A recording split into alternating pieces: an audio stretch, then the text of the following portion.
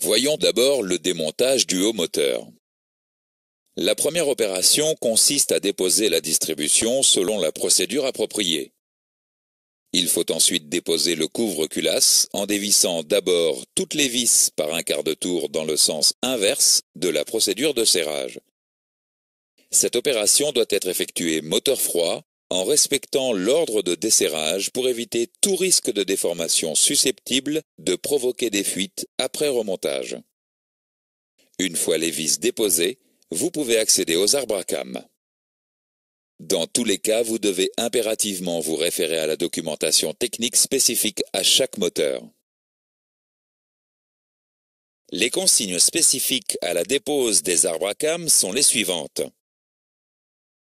Vous devez d'abord repérer à l'aide d'un feutre indélébile les arbres à cames, leur position et la position des chapeaux de palier d'arbres à cames.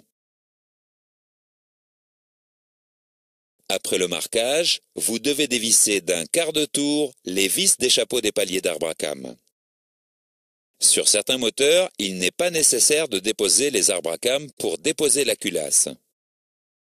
Vous devez vous référer à la documentation technique pour connaître les procédures spécifiques à chaque type de moteur. La dépose de la culasse se fait impérativement moteur froid. La dépose de la culasse se fait dans un premier temps en dévissant d'un quart de tour les vis de culasse dans le sens inverse du sens de serrage. Les vis de culasse doivent être dévissées à la main. Toute vis de culasse déposée doit être remplacée si la longueur sous-tête est hors tolérance. Dans tous les cas, vous devez vous référer à la documentation technique. La culasse se dépose en la soulevant simplement du bloc cylindre.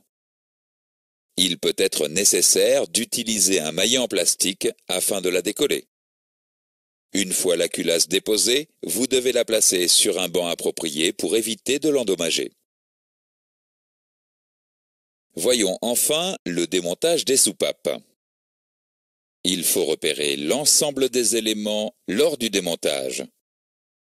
La dépose des soupapes nécessite des outillages spécialisés pour compresser les ressorts des soupapes, déposer les joints et chasser les soupapes. Vous devez prendre soin de ne pas endommager les plans de joints pendant la dépose des soupapes.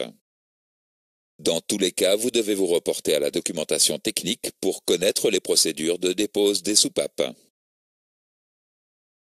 Dans ce chapitre, nous avons vu les points suivants.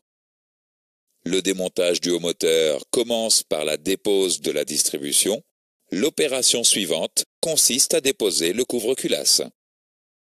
La dépose des arbres à cames s'effectue après marquage des chapeaux de palier. Les vis de culasse doivent être desserrées dans le sens inverse du sens de serrage.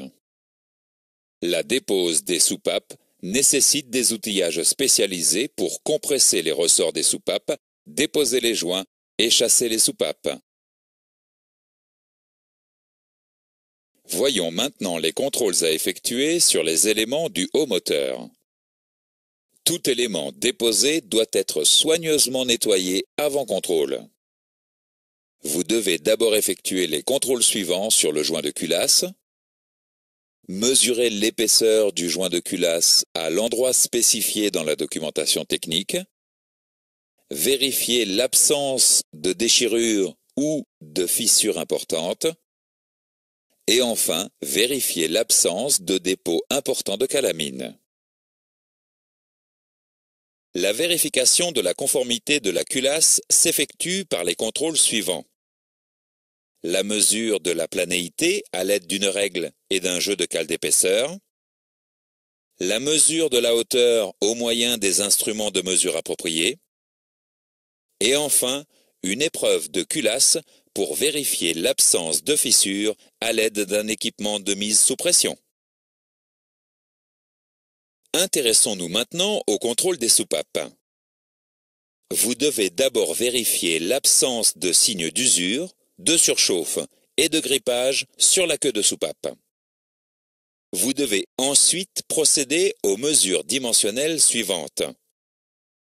Le diamètre de la queue de soupape ou du guide de soupape, ainsi que le jeu latéral au moyen d'un comparateur. Le diamètre de la tête de soupape, la longueur de la soupape, les angles de la tête de la soupape. Voyons maintenant la valeur de tarage des ressorts de rappel des soupapes. Vous devez mesurer la longueur totale du ressort au repos avec un pied à coulisse. Vous devez enfin mesurer le tarage du ressort à l'aide d'un outil de tarage des ressorts et vérifier que la valeur est dans la tolérance. La vérification de l'étanchéité des sièges de soupape s'effectue de la manière suivante. Vous devez d'abord verser le carburant dans la cavité où sont logées les soupapes. Ensuite, vérifiez l'absence de fuite de carburant au niveau des queues de soupape. La mesure du retrait des soupapes se fait à l'aide d'un outillage spécialisé équipé d'un comparateur. Vous devez vérifier que la mesure obtenue sur chaque soupape est comprise dans la tolérance. La mesure doit s'effectuer sur la tête de soupape au plus proche de son axe. Intéressons-nous maintenant au contrôle sur l'arbre à cames. Vous devez en premier lieu vérifier l'absence de signes d'usure, de surchauffe et de grippage sur les cames et les paliers. Le premier contrôle dimensionnel est la mesure du diamètre des paliers et la hauteur des cames à l'aide d'un palmeur.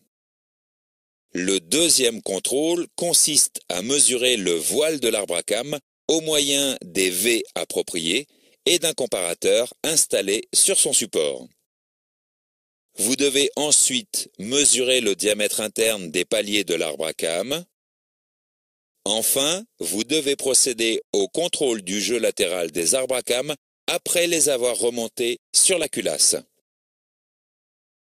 Dans ce chapitre, nous avons vu les points suivants. Le contrôle du joint de culasse implique la vérification de l'épaisseur du joint de culasse, de l'absence de déchirure, de fissures et de dépôts importants de calamine. La vérification de la conformité de la culasse s'effectue en mesurant sa planéité, sa hauteur et en contrôlant l'épreuvage. Les contrôles dimensionnels sur les soupapes impliquent de vérifier préalablement l'absence de signes d'usure et de grippage. La valeur de tarage des ressorts de soupape doit être dans la tolérance. La mesure du retrait des soupapes s'effectue sur la tête de soupape au plus près de son axe. Les contrôles sur l'arbre à cames comprennent le contrôle de l'usure, la mesure des diamètres des parties tournantes, de la hauteur de came et du voile.